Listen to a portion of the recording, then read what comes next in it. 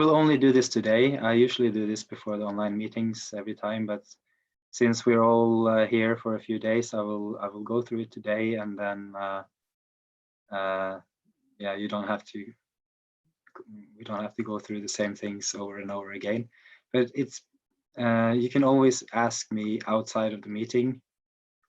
Send me an email, write to me in the chat if you have questions. So first, I'll just quickly go through some aspects of Zoom, of the interface here. So as many of you know and have discovered already, you have a microphone icon on the bottom of your screen to the left. If you're on your phone or iPad, you have to kind of touch the screen first and the menu will come up. And if you click that microphone, you will unmute and mute yourself. So we ask you, everyone, to please stay muted throughout the meeting, unless you're sharing or interacting with Paul. So we don't get so much background noise in the meeting from everyone's, the streets outside and birds and dogs and everything. So if you just make sure that you're on mute. Next to the mute icon, you have a camera icon, so that you can use to turn your camera on and off. And if you need to move around a lot during the meeting,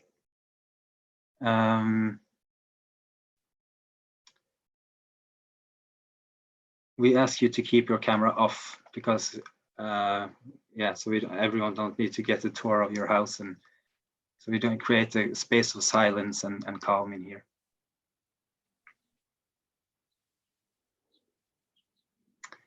So that's the camera and the microphone. There's also a chat function on your computer. It's located on the toolbar on the bottom. On your phones, it will be, if you press the three little dots on the bottom, you'll get a menu up, and there you can access the chat. So also with the chat, we ask you not to send public messages through the chat during the meeting, and also not to send private messages to Paul during the meeting, just to keep a quiet space. But if you have any questions of a technical nature or about the meeting during the meetings, you can write privately to me, Yardar, or Ulrika. So we will try to help you as much as we can during the meetings if you have any problems or questions. At the end of the meeting, though, if you want to leave a little message before you leave, or just say hi to everyone or something like that, you can send a public message to everyone in the chat at the end of the meeting. That's, yeah, you're welcome to do that if you feel like it. It's very nice.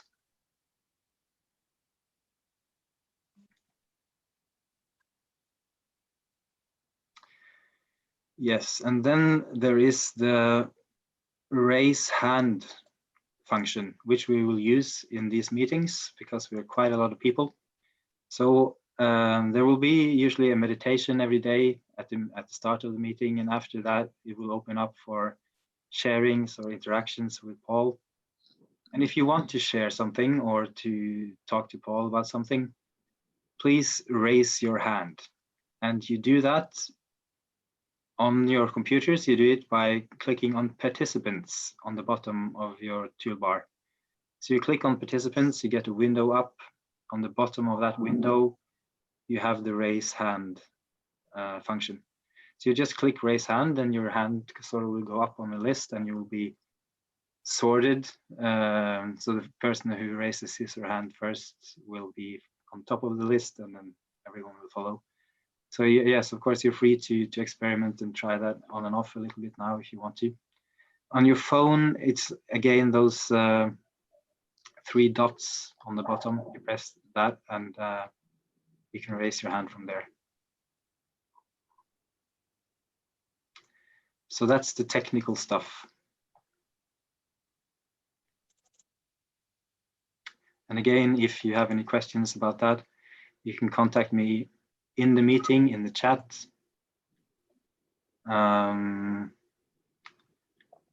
Or you can write me an email outside of the meeting if you have any questions. Also to Ulrika regarding the meetings themselves.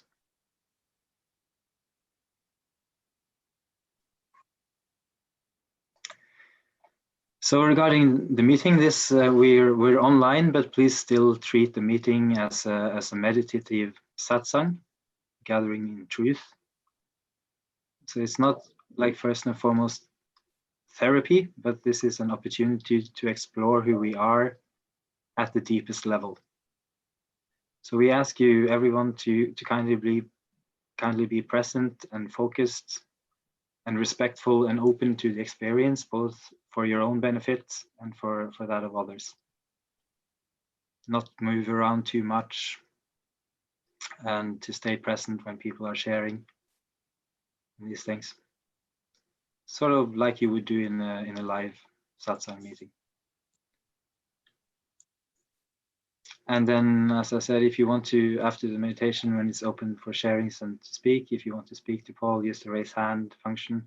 Then Paul will call on you when it's your turn. So you can just raise your hand and wait until you're called to speak.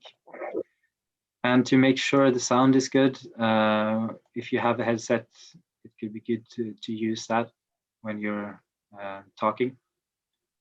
Sometimes the laptop or phone microphones aren't that good. So that's worth, if you have it nearby, it's worth maybe to use that. So there's also been a lot of questions about the length of the meetings. They will be in general around 1.5 hours. Maybe they might run a little over sometimes, depending on how much interaction there is and how many questions there are and sharings. And there might also sometimes be some extra meetings added onto the meetings with a small break in between or something in the course of the weekend. And if so, we'll let you know either in the meeting when it happens or by email before the meeting.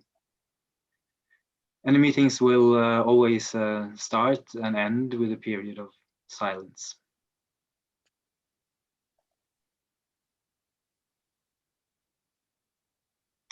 Yes, so that's it. And again, you can re-watch this if you want to on YouTube. It's being streamed to YouTube. Or you can send me an email if you want to ask questions. So thank you, everyone. Thank you very much for your attention, and I wish you a good meeting. Paul will be with us shortly, and the meeting will start. So until then, just make yourself comfortable, get settled in a bit, and enjoy yourselves. Thank you.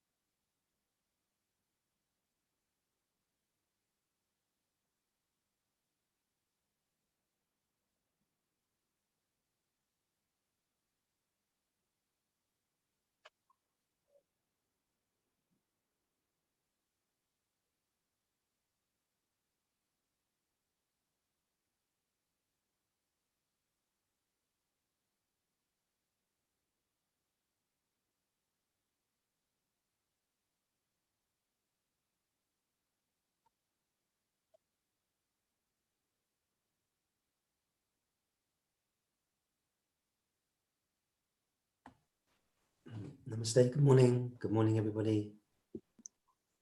Good morning and very warm welcome to this meeting in stillness.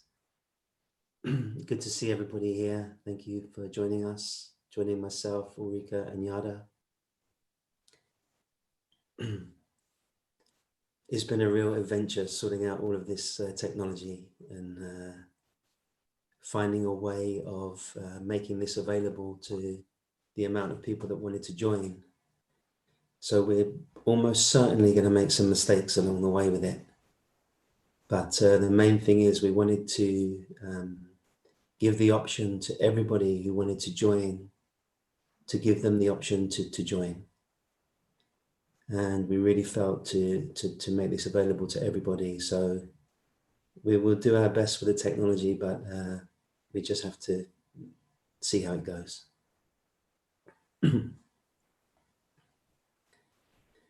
So it's lovely to see so many friends here, people from so many different places, actually.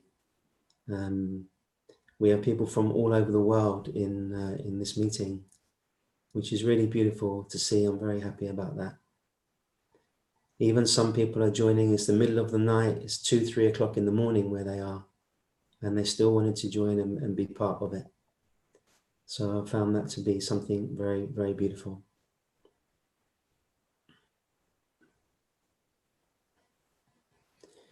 As many of you know, we were supposed to go to Sweden. We go to Sweden every year at Easter, and we have a 4-day retreat at a place called Skönsund, which is in Dalarna. Many of you have been there with us. Many of the Swedish friends have been there. But because of the situation, the current situation, obviously we had to let that idea go. And so here we are. Here we are. Actually, a lot more people here than would have come to Skönsund. So also good.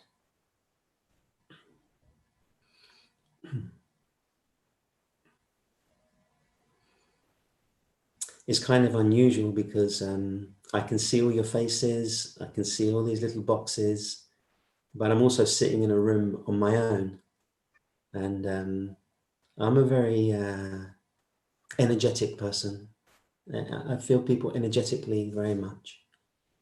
And that is a little bit harder online, but yeah, we'll do our best.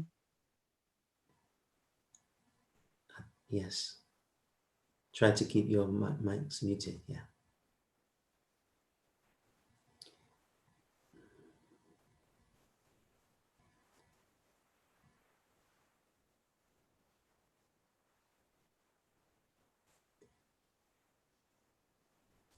So let me just say a few words about the core of these meetings so that we're all on the same page and we're all here for the same reason.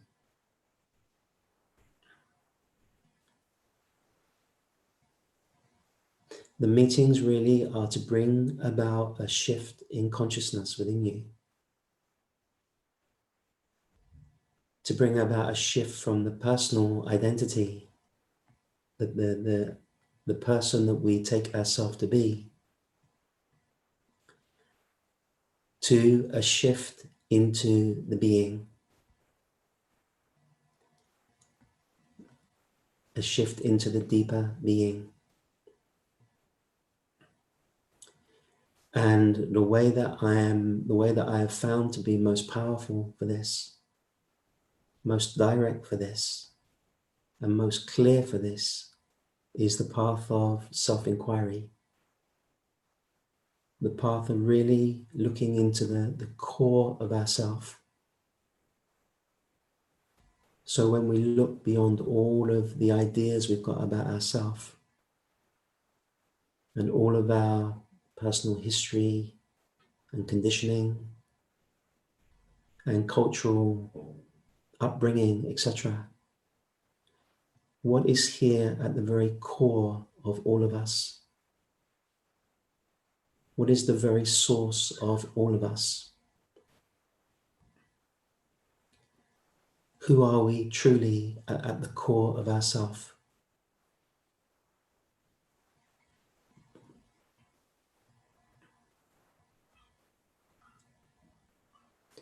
And questions like this are not informational questions, but they are a deep invitation to look freshly and look purely into ourself again and again and again, until it becomes clear that what we are and who we are is this unchanging silence, this unchanging self, in whose presence everything else is arising.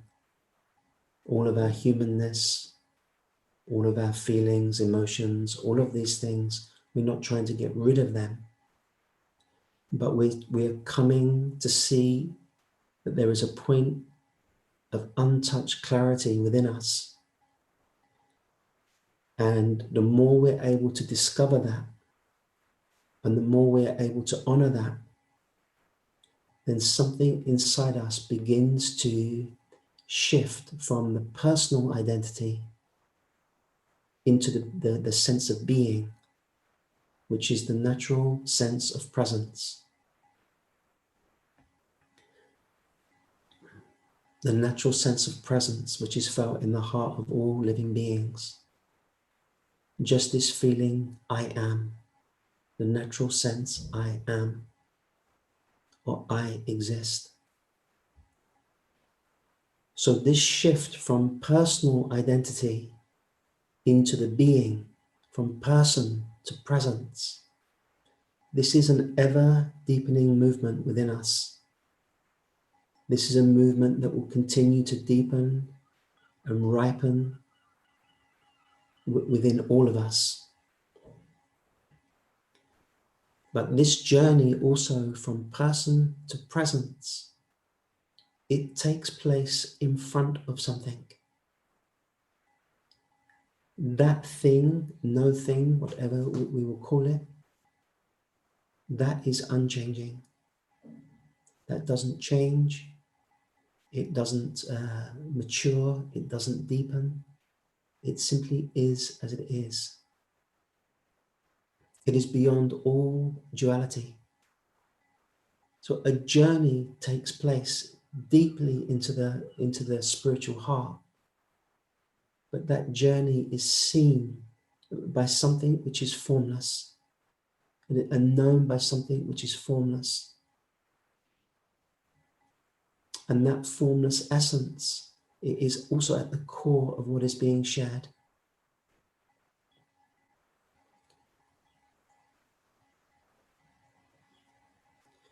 What is so beautiful about this approach, which is really jnana yoga, is that it has been around since the beginning of time. And people have looked into their nature since the beginning of time to come to this point of clarity. It is not a kind of a new idea or a new paradigm or anything like that. This is ancient, it is timeless, and it is said to be the most direct path to awakening, the most direct path to realize your true nature.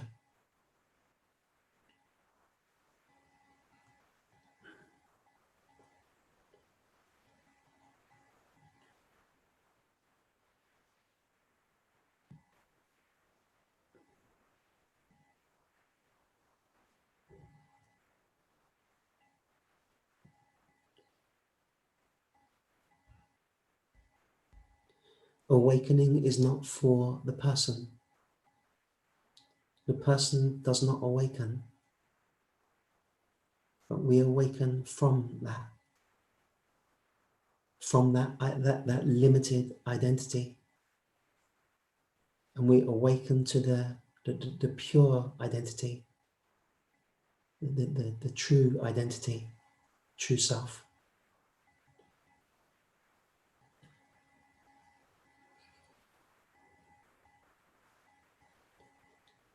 And of course, resistance will arise, the mind will arise, and so many things will arise. And that is why also, as well as me speaking, and as well as me guiding meditations and inquiries, there will very much be the encouragement to bring forward your questions, to bring forward your doubts or your concerns or your reports, to bring them forward so we can clear them away and come to a place of clear and natural seeing, a place of clarity and love and self-reflection.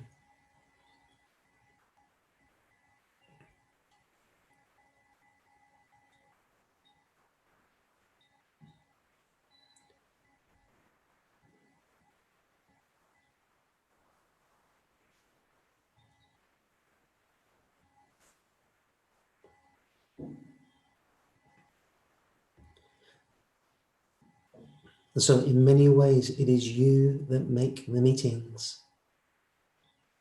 It is your willingness to come forward and share and look together in this way that truly makes the meetings.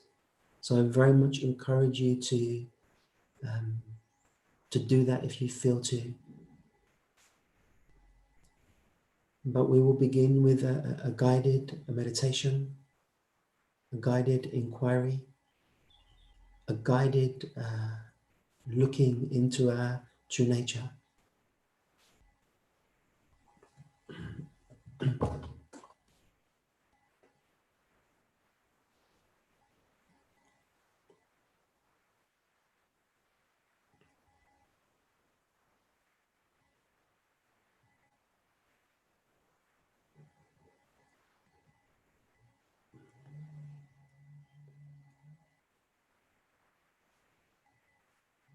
It's funny, where I live, maybe you can't hear it now, where I live is a residential area. And so we all live very close to each other. And I used to always have meetings in my house, 7:30 on a Wednesday night. And it could be completely quiet, so quiet. And 7:30, the meeting would start. And then always a neighbor would put a washing machine on or something would happen always. And it's so funny right now. I said, now we have the meditation. And my neighbor opposite started to cut his grass. It is all part of the great play of this. It is all part of it.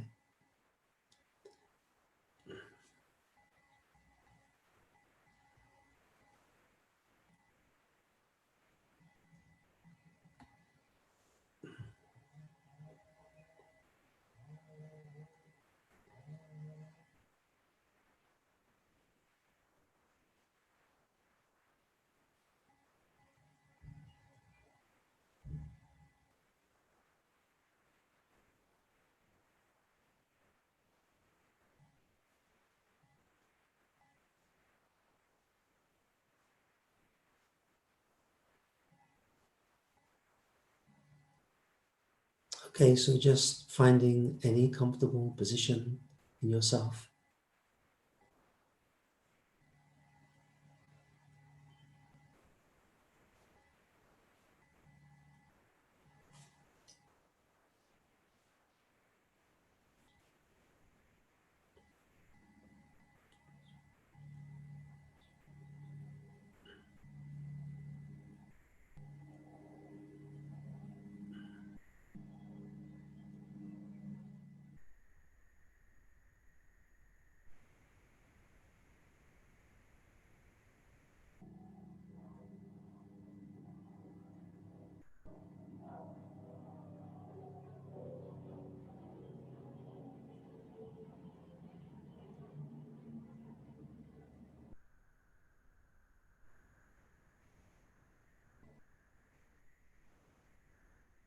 And eyes open or eyes closed, whatever feels natural and comfortable for you.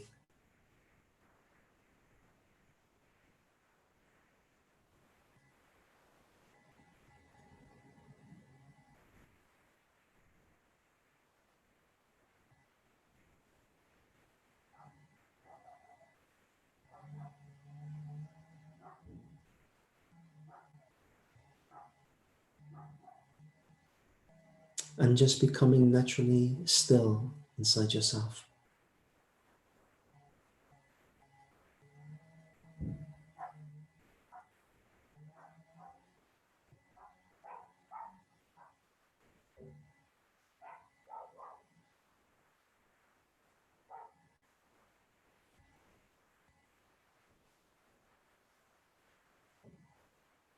And to the best of your ability, and as much as you're able to, see if you can just leave your mind alone.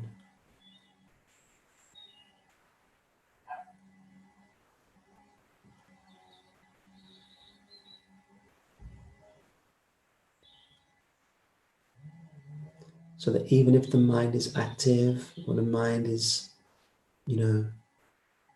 thinking a lot of things, just let that happen, but don't join yourself with the mind.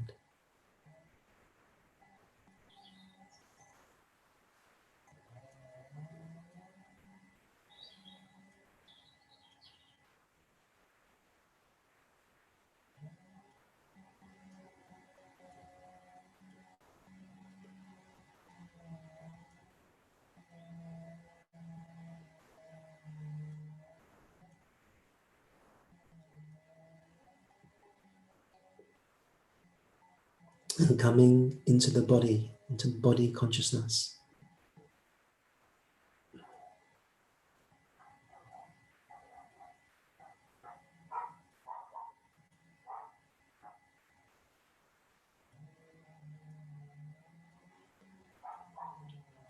And just allowing yourself to feel whatever is present for you right now.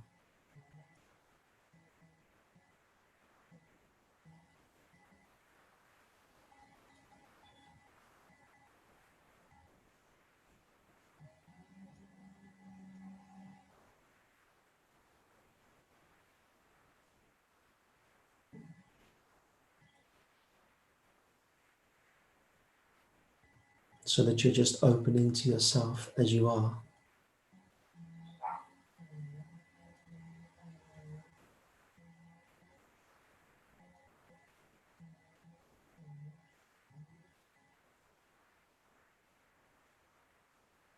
And you're bringing this natural sense of acceptance to yourself.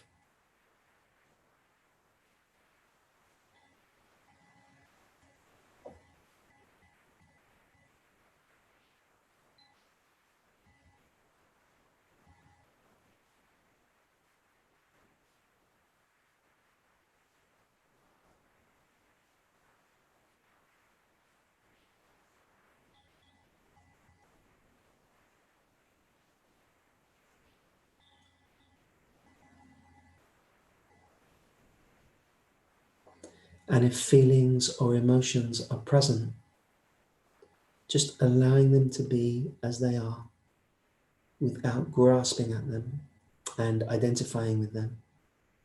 They are just in the field of consciousness.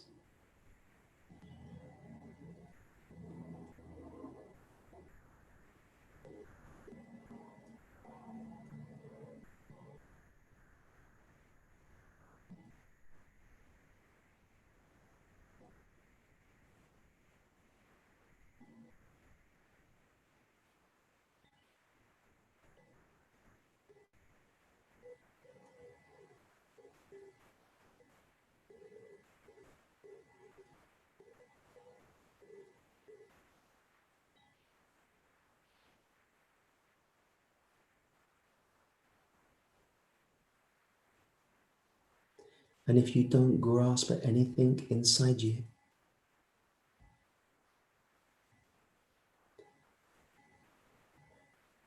what begins to reveal itself is this natural stillness in you.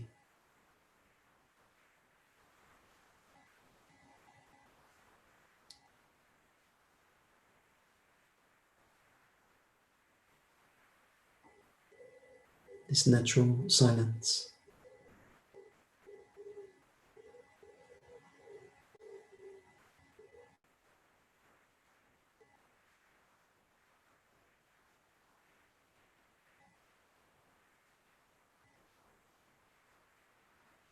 this natural sense of presence.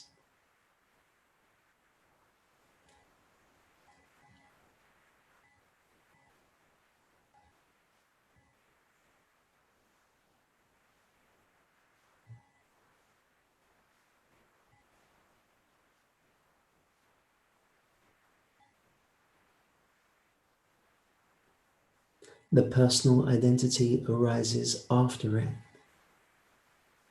but this is before that.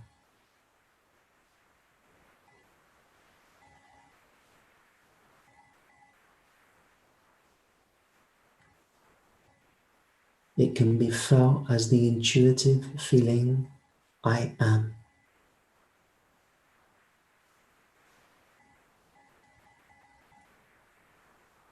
The feeling in the heart, I am, or I exist.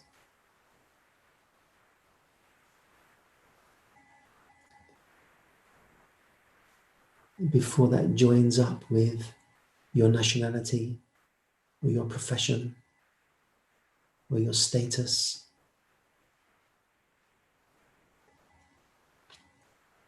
Just the pure intuition, I am.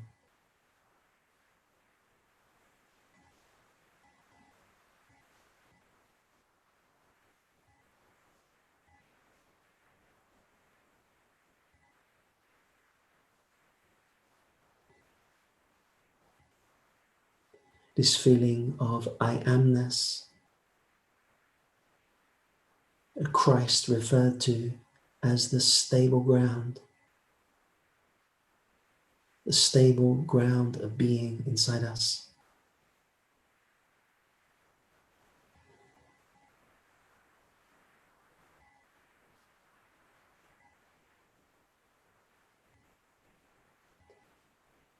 He invited us to build our house on stable ground, on firm ground.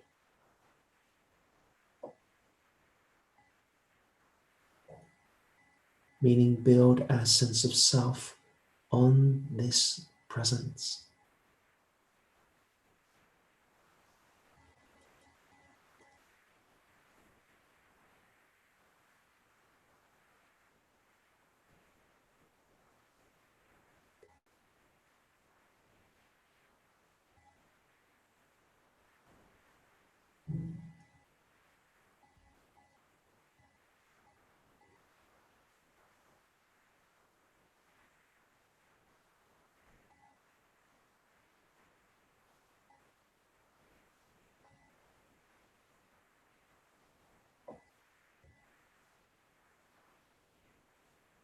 It is the still point within you.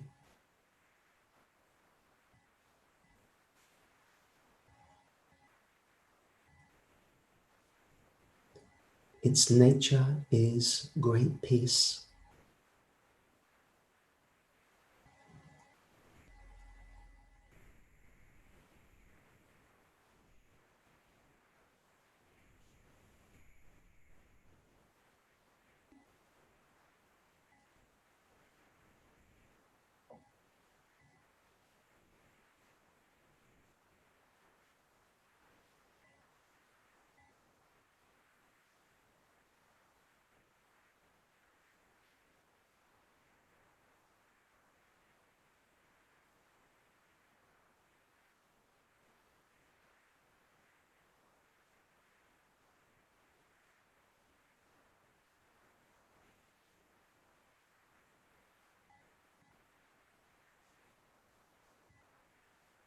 Its nature is silence.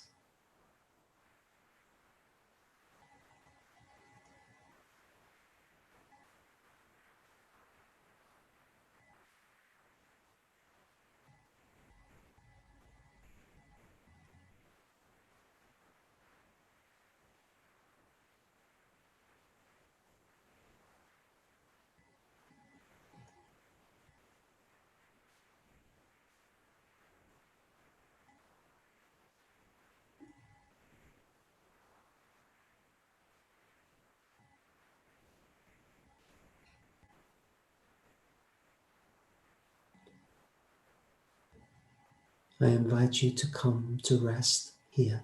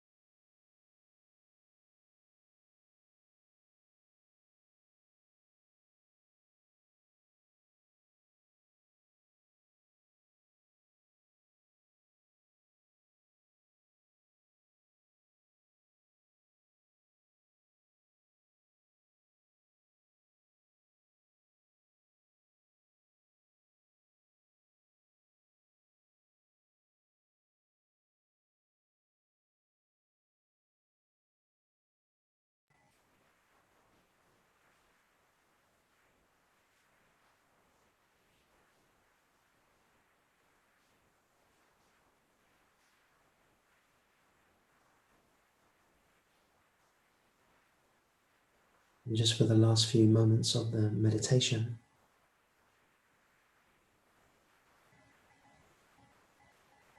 just see if you can rise above the mind.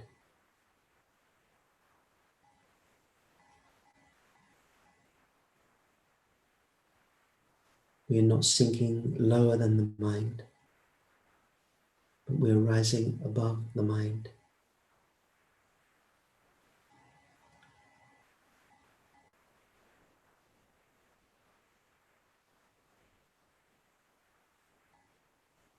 We are discovering the higher intelligence inside us.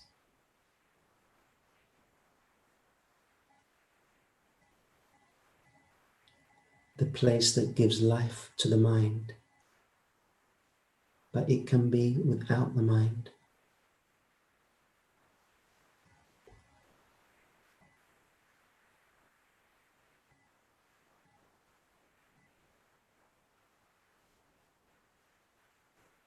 The natural state is when we're conscious, we're awake, but we are not thinking. We are simply here as conscious, awake presence itself.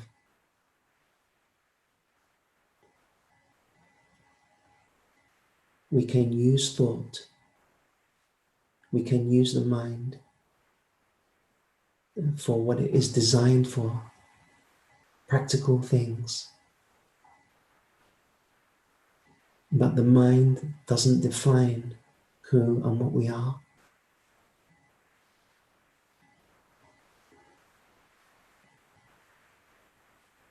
You must come to see this.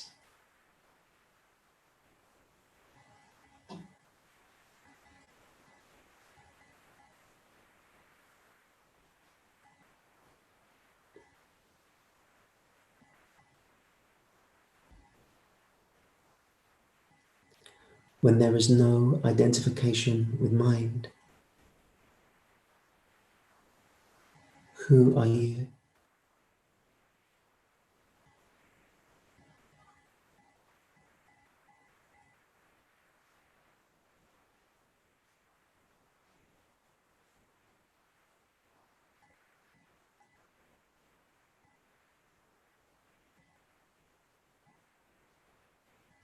What is here that can never, ever not be here?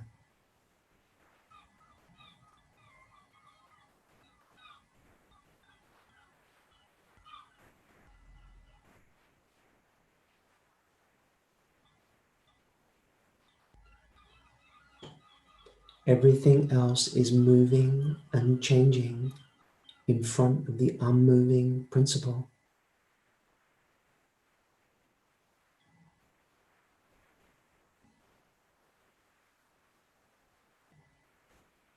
Be one with that.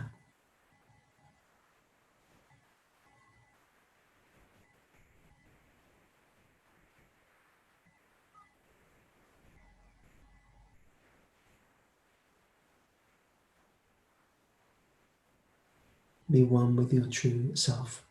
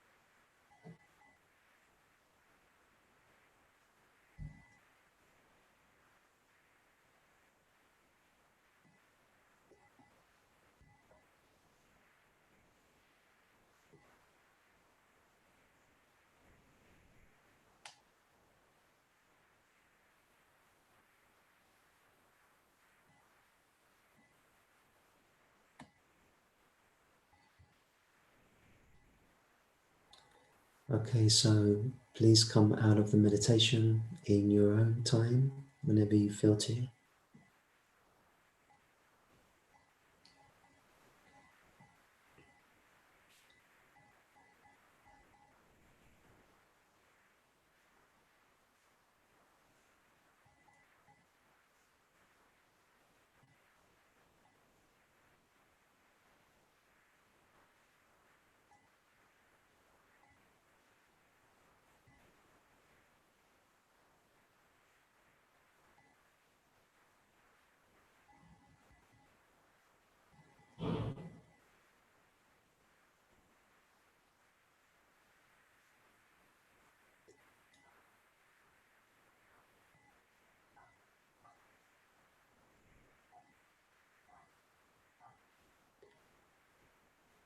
And so a couple of people have raised their hand already before I go to them. I just wanted to share something about meditation. And really, what is the difference between meditation and self-inquiry?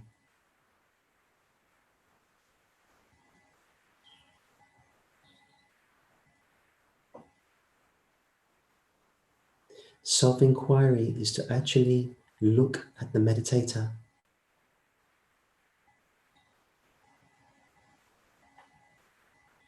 It is to bring the meditator into the light of consciousness and actually recognize that there is something deeper than the one who is trying to meditate.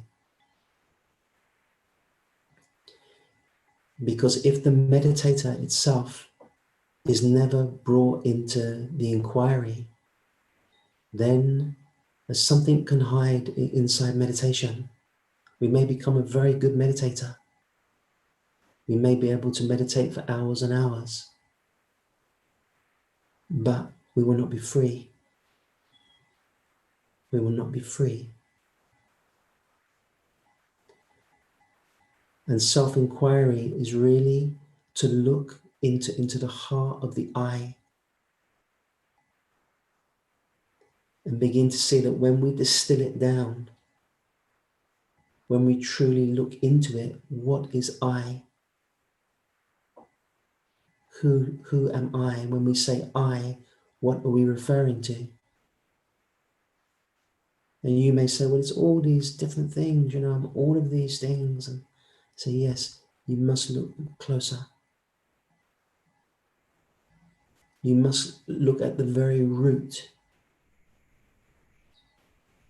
and find out what is the root, what is at the root of it all.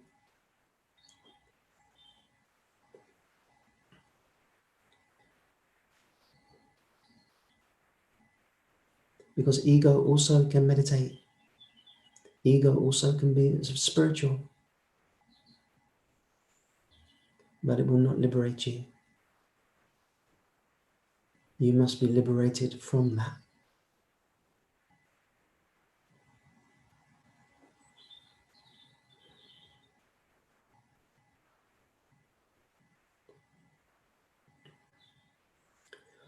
Okay, so I'm gonna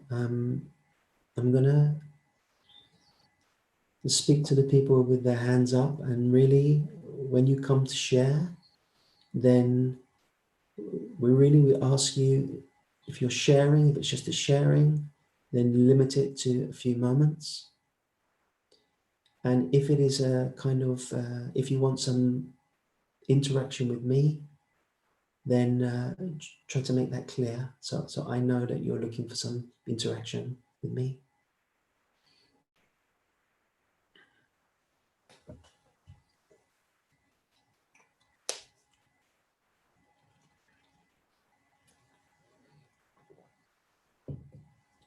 Okay, let's have a look. So, Leonie, I'm going to try and see what I can do now. Hi, Paul. Hey, Leonie. Let me just see if I can get you on speaker view now. Yeah, perfect. We got you. Yeah.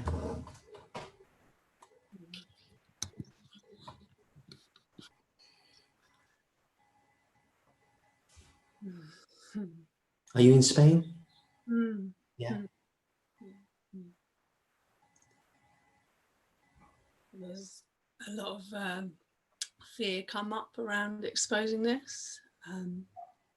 Yeah, I'd like to look at something with you, please.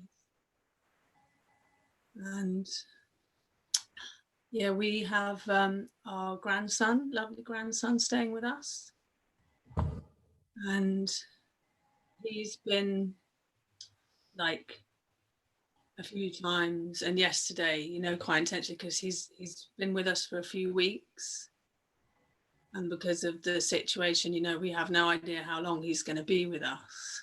So, though he's normally really happy with that, you know, here, because of the uncertainty, he's started really, you know, missing his mum and wanting to go home, which is a new thing. We've never been at this place with him. And I sort of recognised, you know, I love him so much. We have such a strong connection, you know, there's so much love there. And I was feeling when he, like a real, in the inability to be able to do anything really to make this better, you know, there was this feeling of like a sort of bit of a shutdown inside that I became aware of just particularly yesterday. And like almost like, yeah, like quite a harshness inside, like really trying not to express that, but just feeling very sad to see that. And like looking closer, I realized that it's like a protection of this rejected part. That I've looked at so many layers of this and worked with so many layers of this, but for this feels like, you know, even deeper than any that I've really touched on before. So it was just like, yeah, like this harshness coming down to protect this untouchable place that feels, you know, before there was language or anything, you know, it feels ancient, of just pain, of rejection, and feeling very hard to actually allow the feelings to come, you know. So I've been working with it since yesterday, but in the meditation it was I was aware of it, and I just felt it would be really helpful to expose it and to go there with me, have a look at it with me. Yes, thank you.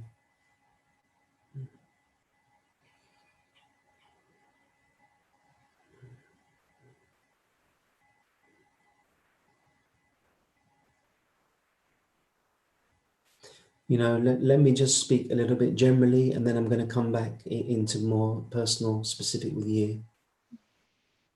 Because for most, if not all of us, then at a certain point of our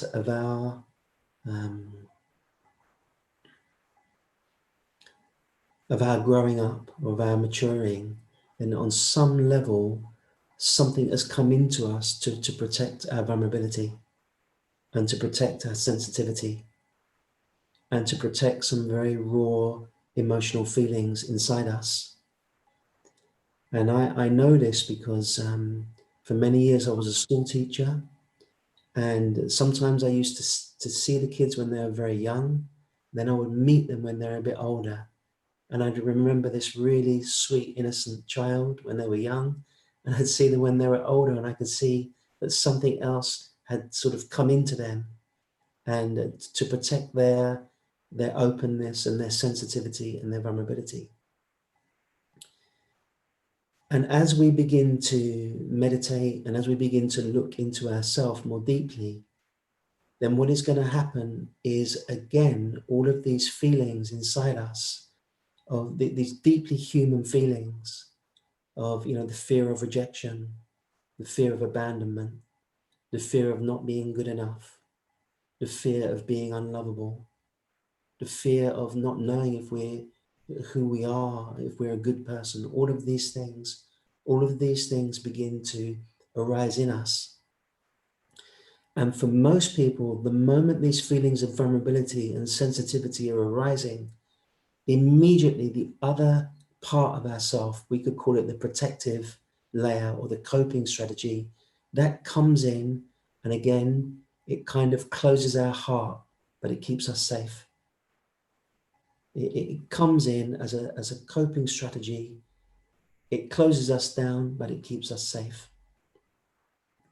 And, you know, many people, they live, you know, their lives like that, living whole life like that. A sense of surviving, but, you know, not really being connected on any deeper level. You know, I think Pink Floyd wrote a song about that, didn't they? Comfortably numb. You know, we're here, but nothing is really happening. But now now coming down to you now, Leonie. So now you're sensing this very deep vulnerability inside yourself. And you're also sensing the coping strategy, which is coming in over the top. Yeah. If for a moment right now, as we're here right now, is it possible for you to just thank that coping strategy because it has kept you safe? It has kept you safe. But for a moment to not identify with that coping strategy and just see if that vulnerability and that sensitivity and that fear of abandonment, which is really coming from the inner child, if just for a moment that can just be welcomed into the field of consciousness. Yes.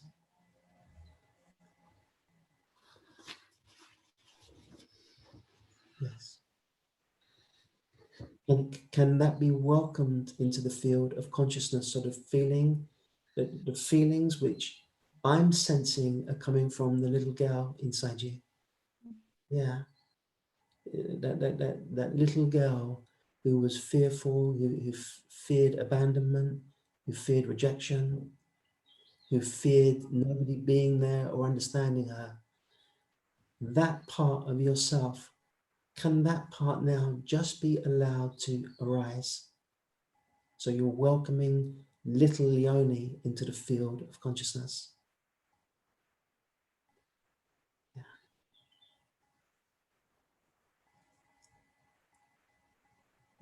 How is she feeling? What is her experience right now?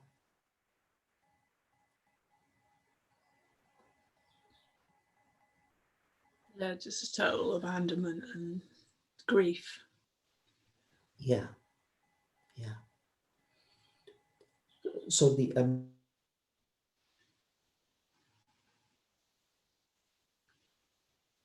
and fully feel that.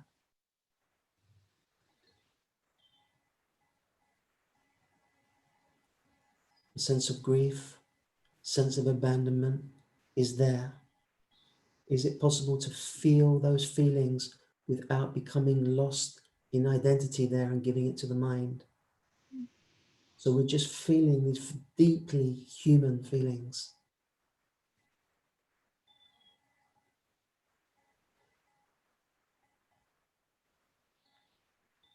If you open to those feelings and give those feelings space to express and reveal themselves, then this is something very beautiful. It is something very beautiful. At the same point as you opening to these feelings and fully feeling these feelings, can you contact in yourself the higher power? Yeah, yeah. Can the higher power in you, yes, can the higher power in you reassure that little girl that it will not abandon her? Yeah.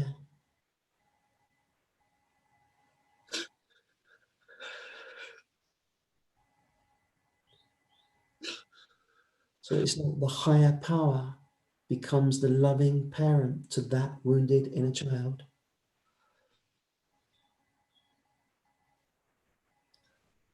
and we reparent and love ourselves from that place of being consciousness.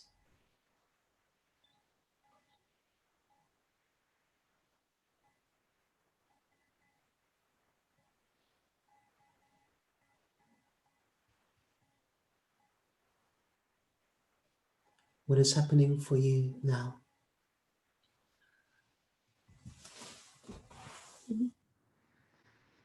Holding the little one, and then there's just so many layers of protection trying to come up to block it, like physical pain and just these locks like here and here, and just letting them go, and then like, yeah, feeling a lack of safety, like that it's safe to really like, yeah.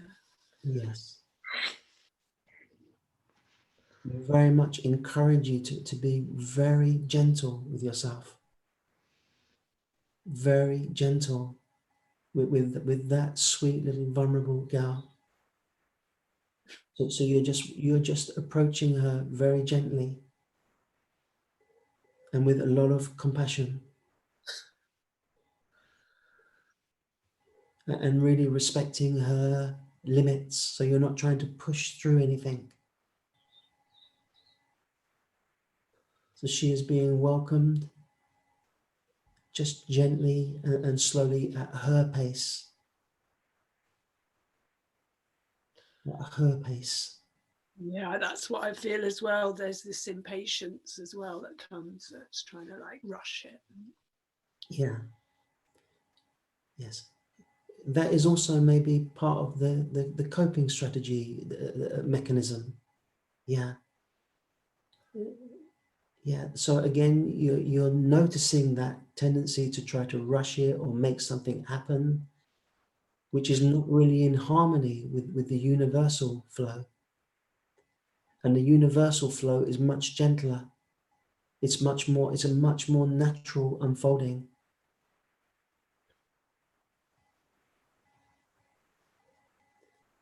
And it's much more a kind of ongoing journey.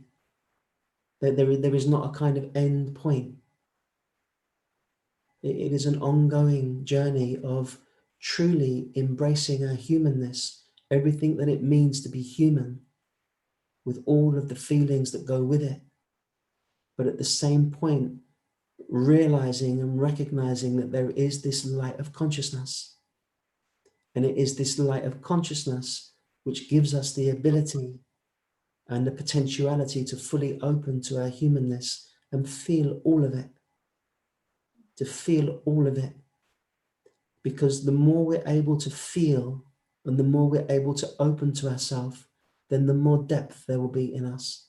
The more depth there is in us as a human being.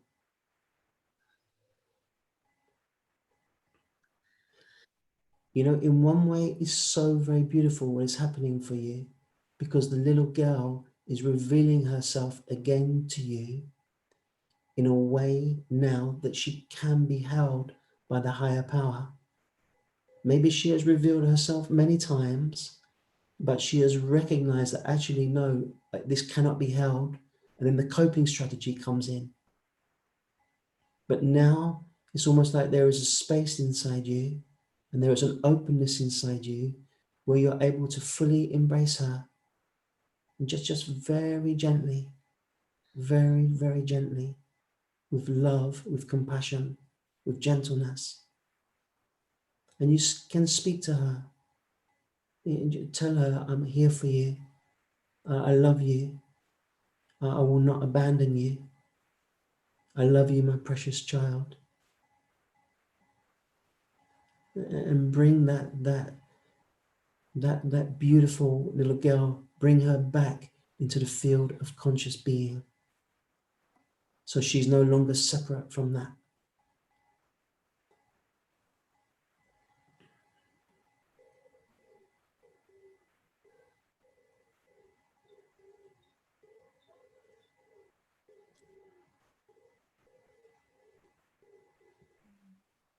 What is happening for you now? There's like this sort of calm that's coming. Yeah. Just hold. and just seeing, like, well, there's the mind that's seeing all the layers, like how the whole character really has been formed around this. And yeah, she's letting go of just feeling safer. Yeah, and that's a lot to do with you, Paul, as well. You know, because like I have looked at layers of this, you know, many layers, but this, it was just like a real no. You know, it was, and now it feels much softer. Yeah, very good, very good. Very much encourage you just to stay present with her. Stay present with her.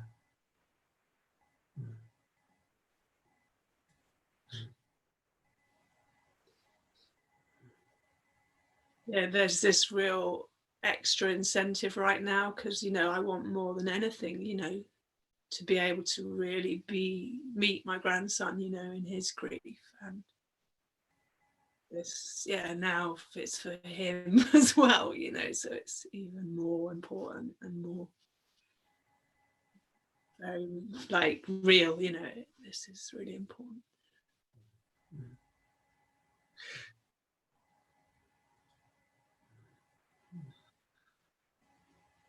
Thank you, Leonie. Thank you so much, Paul. I'm really grateful for this retreat. It's a real gift. Bless you. Thank you.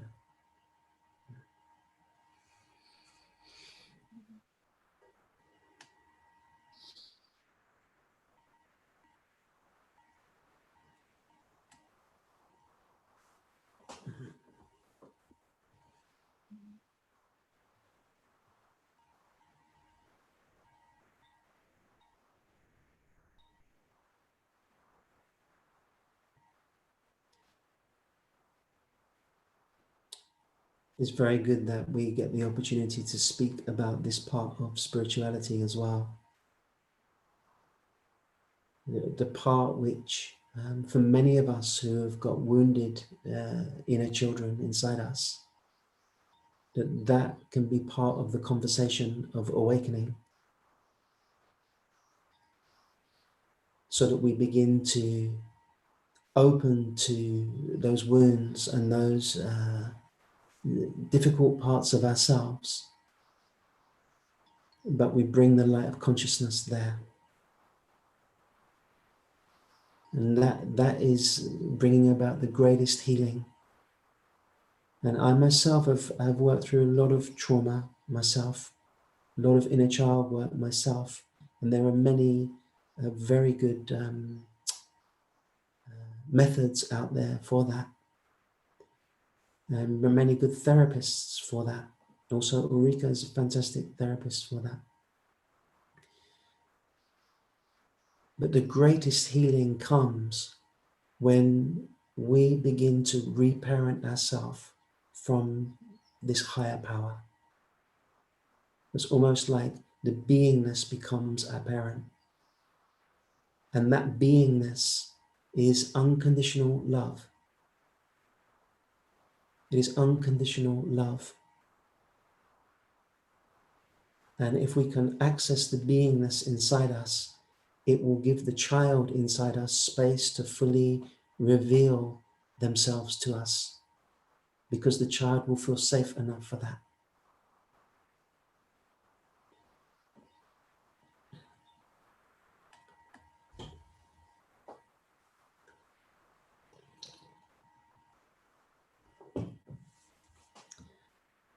Okay, so I'm gonna invite Muna to come into the conversation. Muna? Hi, Paul. Hi, Muna. I just wanted to say thank you for that sharing. That was really helpful for me, actually. Before, I actually wanted to ask you a question, Paul, about something you said in the meditation, actually. And you've said it before, and I've wondered about it before. You said something like about being above the mind. And I kind of like struggle with that, because my my experience is when I drop back into myself, as it were, and become very present to myself, I don't have a sense of being above the mind, actually. And I wondered if it was conceptual rather than actual. And I'm doubting whether it is conceptual, because so I just wanted to ask you about that, whether you could say a bit more.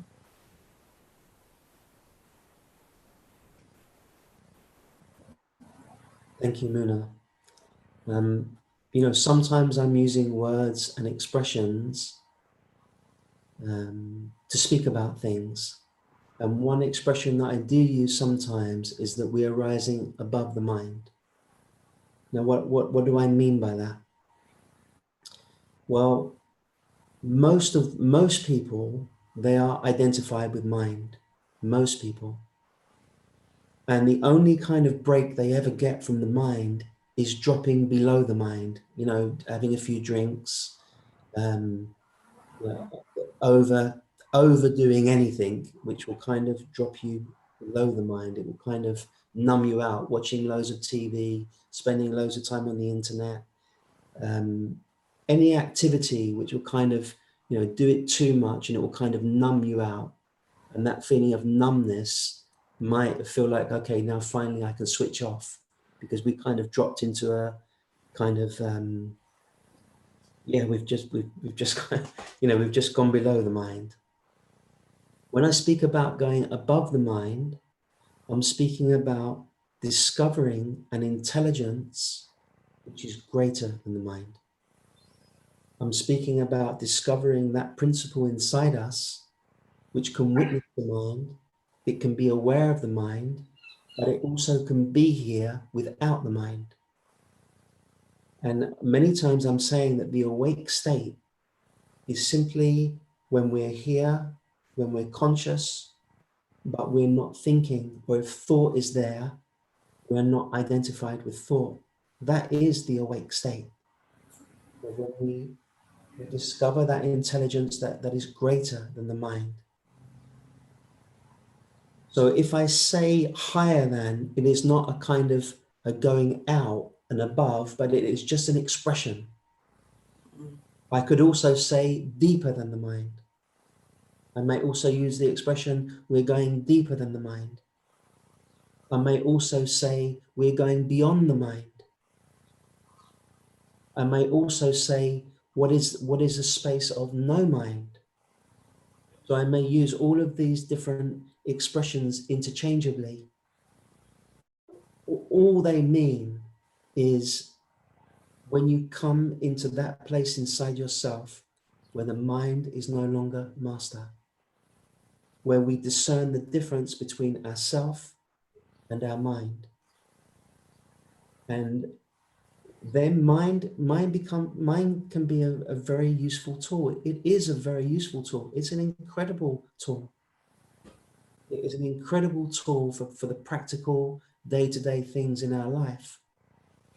But when mind takes us over, and when we become identified with mind, and we can never have a moment where we're free of mind, then that is a very different thing.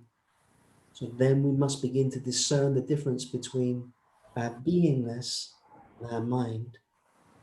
Or to put it another way, between our head and our heart. Can we discern the difference between them? And let me now come back to you now to address it personally with you now. Can you discern the difference between your beingness and your mind? Yeah, I can. Yeah. And I have a sense of kind of like dropping back and dropping in rather than being above anything. Yeah. See what I mean? So, and the word you say, deepening, that feels that I can relate to rather than the word above, if you see what I mean. Yeah. Yeah. Yeah. Yeah. You know, sometimes we may come to a point in meditation or in our own self-inquiry where something becomes very clear for us. And then someone else may say something we don't need to go back into what they're saying. We're already in a place of clarity. And then, so I very much encourage you then to fully honor your own, become your own authority then.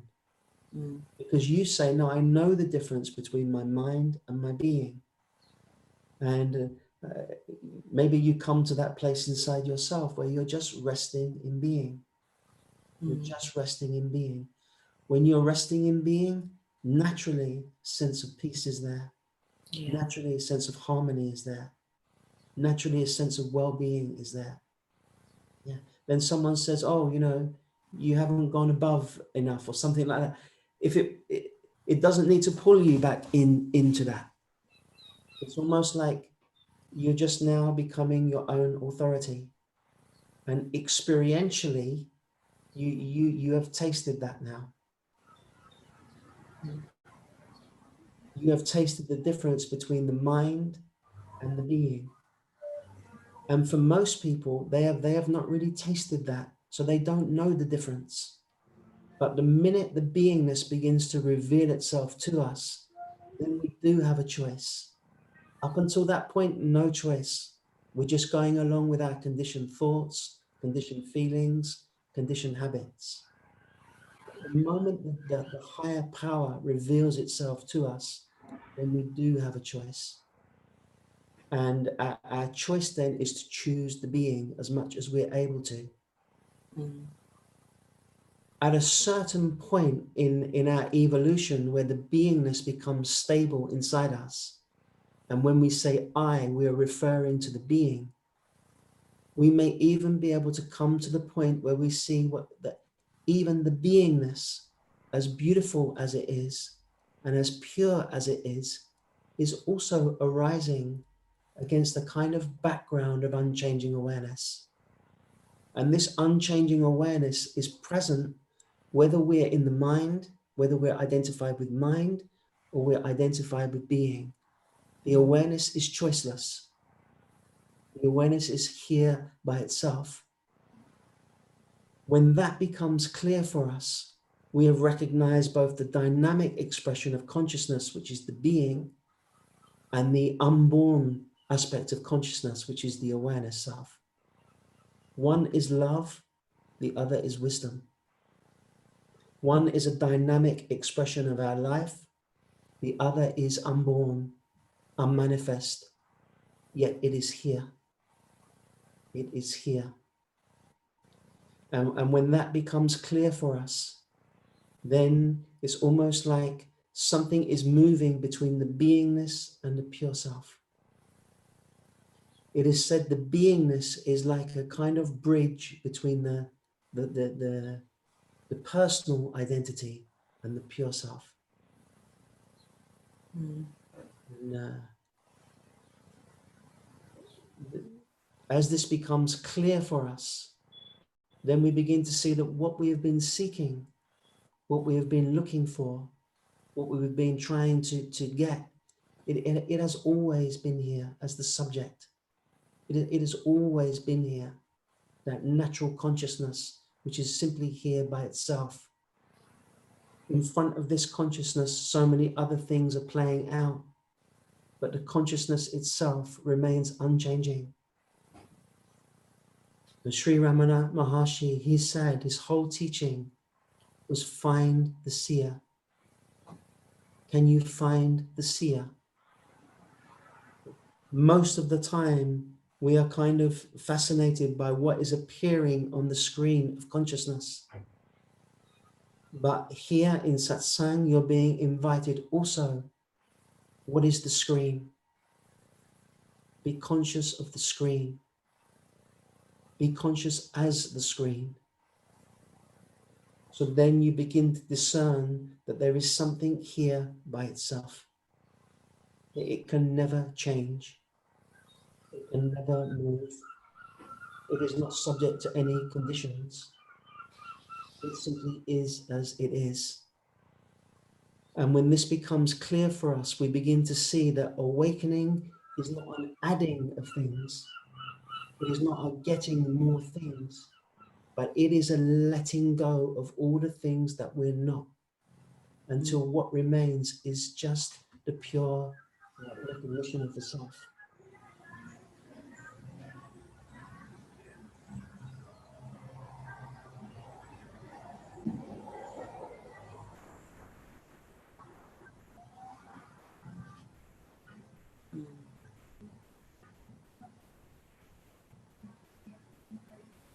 I like that you say choice, but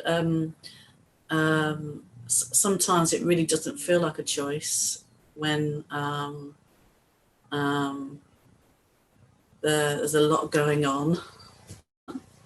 And I've struggled a lot this year to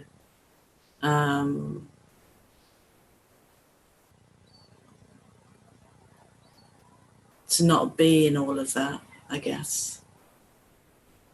But having said that,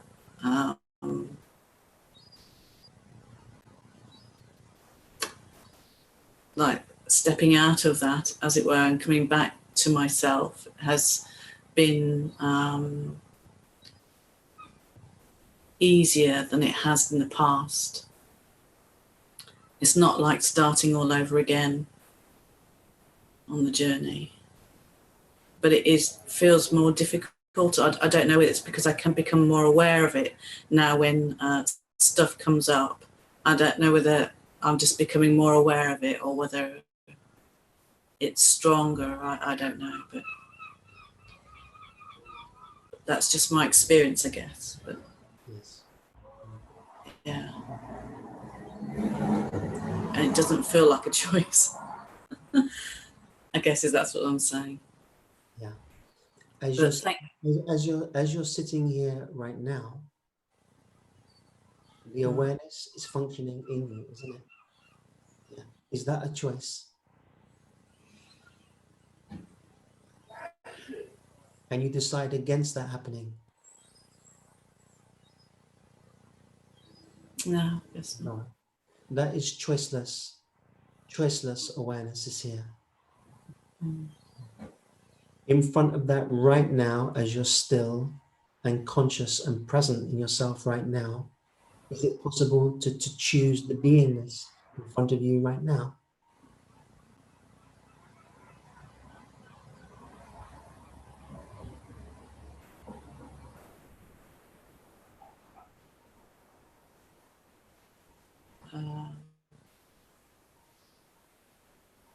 No, not in itself, because it's all connected.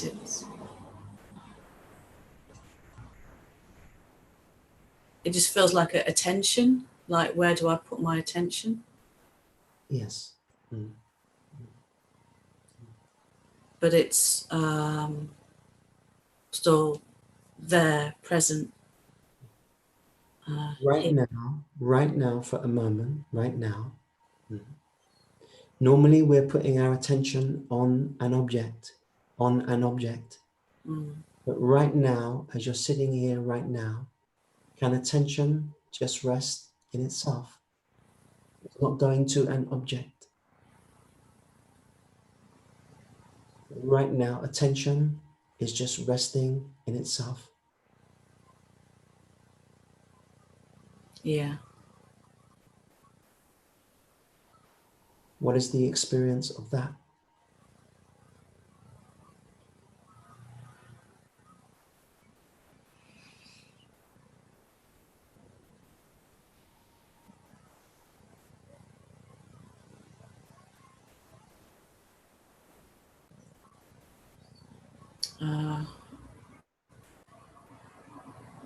Her presence, very I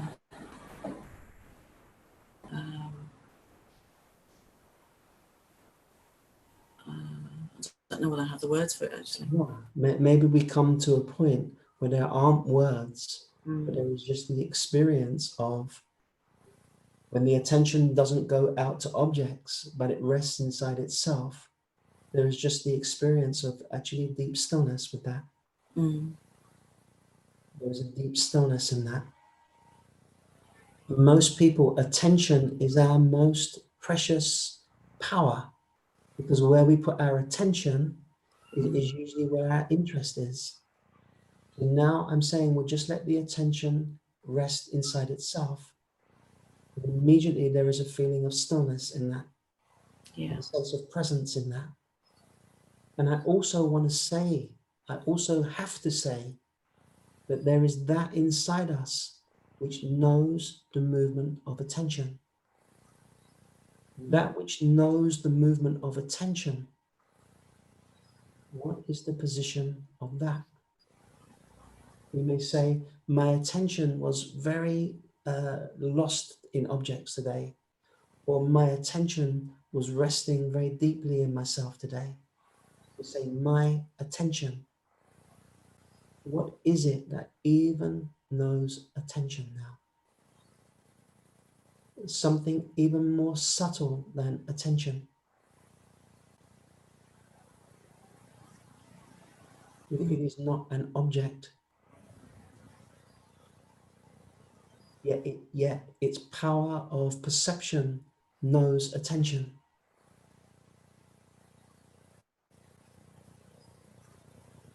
Not easy to understand what I'm sharing now. I just ask you just to see if we can just hear it. Just see if you can find a space in yourself where you can hear what I'm sharing. And then let that do its work inside you. Attention resting in itself. And there is also the witnessing of attention. Don't make that witness into any shape.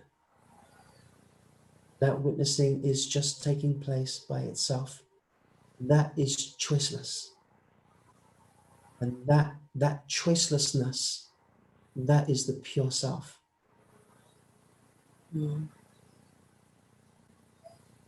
Yes.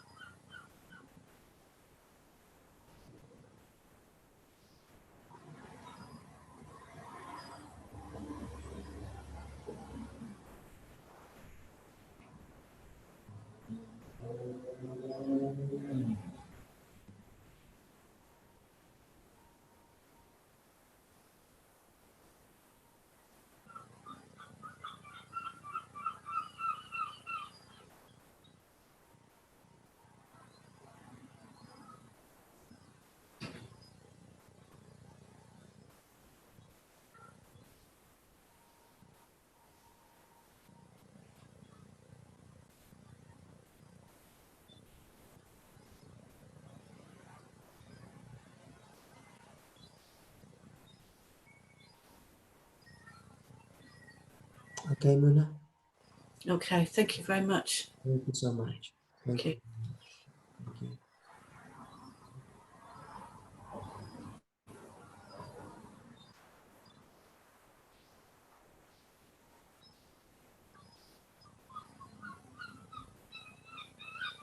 I know where Luna is because I can hear the seagulls. And there's quite a lot of people in this meeting from Sussex, and we always hear in the seagulls.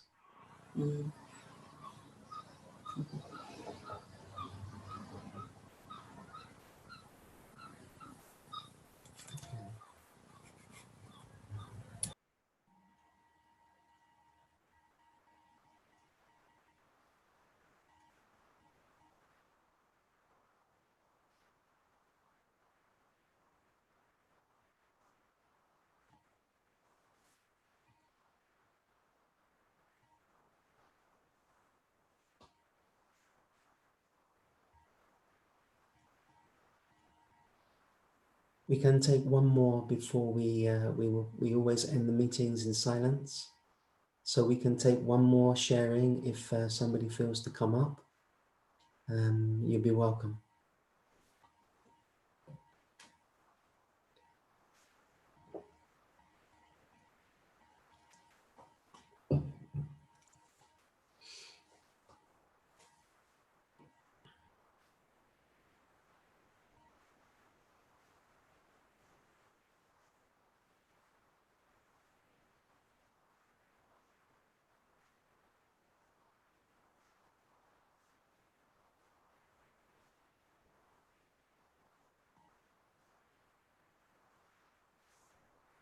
Okay, Susan.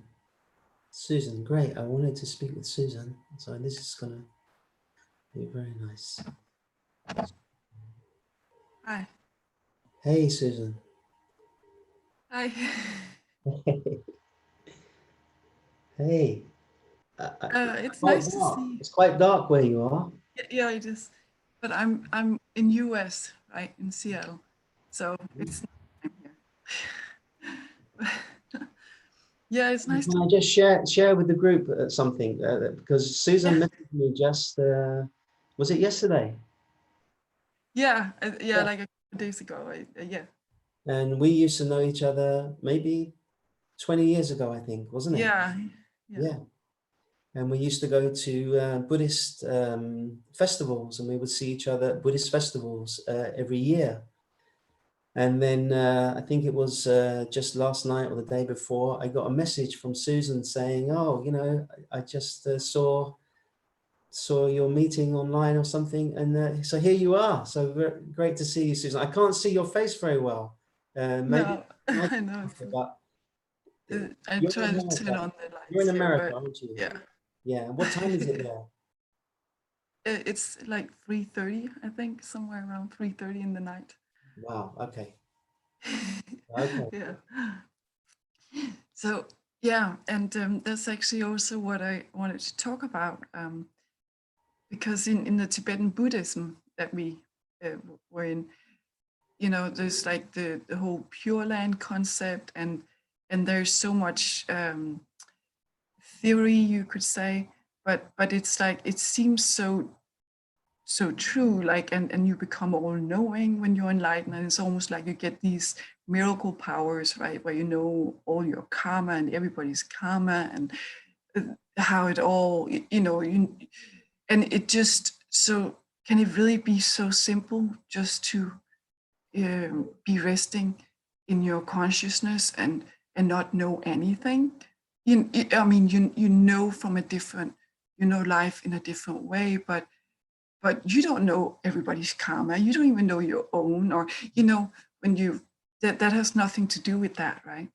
And other, you know, like Jesus could walk on water and all these things, you know, and make water to wine. And so for me, it was, you know, when I came to realize through non-duality and other paths that it's not about that, right? No. So from my own experiences, but it's still in me, because I got so much of that where I'm like, it can't just be being in your in your awareness, which is a big thing, of course, you know, but it's still something in me. It's like there's probably more, you know, like I can go deeper and deeper, and I can, and I do also believe that it's a never-ending journey somehow, where it, grace will reveal itself through you more and more. And but I'm just blown away by, like, the Tibetan Buddhism we were in, how there was so much of that, and how when people follow that path, how it can actually really somehow keep you in your mind a lot, and not, you don't realize it, right? And you think you will get to a pure land, or, and I don't understand how enlightened people that also know that, obviously, that is not necessary, why they keep teaching it. Well, I know it was their path and somehow it did work for them, but it's still like, if you don't need to do all that rituals and ceremonies and empowerments, and why teach it? You know, it's I don't understand that. Yes. Yes. Yes. You know, when I look back at over my spiritual life, which really started in my early 20s, and I spent, you know, 12, maybe more, more than 12 years as a Buddhist. And in Tibetan Buddhism, as you're speaking, there's so much ceremony, and there's so much, there's so many practices, and so much learning, actually, a lot of learning, a lot of things to learn about. But what I found was when I actually had a breakdown in my mid-30s, when I had a breakdown, after I went back and I tried to read these books, these very sort of complex, complicated books about, you know, visualization and different deities and all these things, I just couldn't read them anymore. I just couldn't. I would get a headache immediately. And I began to see that if we are identified with our mind, then spirituality will be extremely complex. And there will always be more and secret teachings and special things and all this kind of stuff. But what is being shared here is actually the path of pure simplicity and the path of natural simplicity, which is open for everybody, regardless of whether you're able to study, whether you're able to visualize, whether you're able to do anything at all. There is this simple, clear recognition of what we can never, ever not be, and then the honoring of that. But of course, if we've still got some interest in our mind, then the mind will keep coming up and saying, well, you know, this can't be enough, or this, you know, there's got to be more to it than this. And, you know, how can all of these temples and all of these books and all of these pilgrimages, how can all that just be about this? And maybe all of the books and the pilgrimages and the teachings are also part of the preparation to come to this. Because for myself, when I look back over my years practicing Tibetan Buddhism, I don't think about it as a waste. But now, you know, if people ask me about Tibetan Buddhism, and recently we had a retreat in Spain, and we went up to a Buddhist center up in the mountains, and people were asking me, oh, Paul, you know, you were a Buddhist for a long time. What does this mean? And what does this mean? And what does this mean? With, you know, looking at the stupas and the flags and the wheel of life and all these things. And, you know, my honest answer is, I can't remember. I just can't remember any of that stuff anymore, because it is not in my heart anymore. What is in my heart now is to just honor who I am at the core, and just to allow everything to unfold as it is. So why are people still teaching all of the other things? Maybe they are important, and they maybe are an integral part of the path. But the spirituality that is being shared here is simple. It is simple. It is not about promises, future promises, and sort of beating ourselves up when we don't attain that. But it is about coming and recognizing what is naturally at peace within us right now. Right, and that's also what I've come to more and more, and that's also been my experience, that's all. It's just, you know, because I'm like, wow, if those pure lands are really there, but who knows? It's also a lot of culture that maybe is misunderstood, that, you know, and a lot of symbols and such, you know, because it seems to me to imagine another world is maybe, well, I mean, it may be a wonderful world, but it's still form, you know, it's still just a temporary showing up, but not in their description. It's like an eternal land. You're always like, yeah. But anyways, there's just a lot of confusion when you look around, and it's like, why all that when it could be like non-dual teachings are so simple. And yeah, they are simple, but they bring about a radical shift in what we're taking ourselves to be. yeah. You see, so the one who had all of the knowledge and understood all of these things, that one is being put under the magnifying glass of inquiry to see if that one has the reality that it appears to have. And in fact, when I came across this path, my whole spiritual life changed. Before, I was a meditator who was sort of working towards something, who was getting better at it, who was improving, who was developing.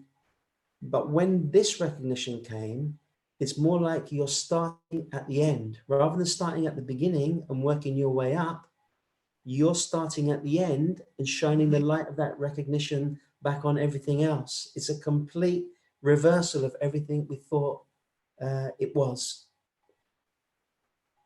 It's a very different approach. Yeah. Yeah. And, Yeah. you know, it is, what do they call it? The progressive path versus the direct path. I think that's what they call it. And for me, I've found the learning to be helpful, but at a certain point, I don't know, something was just ready to awaken to something else inside me. And that awakening also brought about a tremendous opening into my humanness. So I'm not sort of hiding behind spiritual teachings, but really just coming into using life, you know, this great arena called life, that becomes our ashram, that becomes our festival, that becomes our path to awakening. We use whatever is happening in our life so that spirituality and our life aren't two different things. They're brought into the same one place. Yes. Yeah. So great that you joined us, Susan, from Seattle, 3:30 in the morning. Yeah. Wow. I'm blown away by that. And Yeah. Yeah. Well, thank you very much. thank you, Susan, and so good to see you after all these years. I can't actually see you very well, but love to have a chat with you at some point and really see what you've been doing over these last 20 years since we spoke. Yes. Yeah. Yeah. Definitely. Yeah. Thank you. Thank Susan. you. Okay. So we are coming to an end now this morning, and first morning we got four mornings together. Usually when we have a retreat, we have maybe 2 or 3 sessions a day, but here we're just having these morning sessions. But what I very much encourage you to do during the rest of the day is to see if you can keep some recognition of what is being shared inside your heart. So then when we meet tomorrow and the next 2 days afterwards, then something inside you is kind of already switched on to that. So you're not sort of coming into a meeting and then going away and forgetting about it. But see if you can keep some awareness and some focus onto your own being during the day, during the rest of your day, whatever you're doing.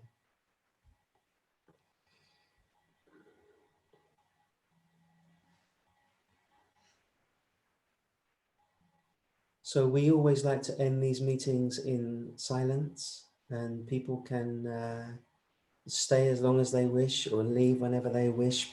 Usually it's 5 or 10 minutes, most people stay. And to just have the end of the meeting in silence. And if you wish to send a little message, you're welcome to send a little message on the chat to everybody at this point of the meeting. And until then, we will see you all tomorrow morning. So thank you everybody for joining today. Yeah.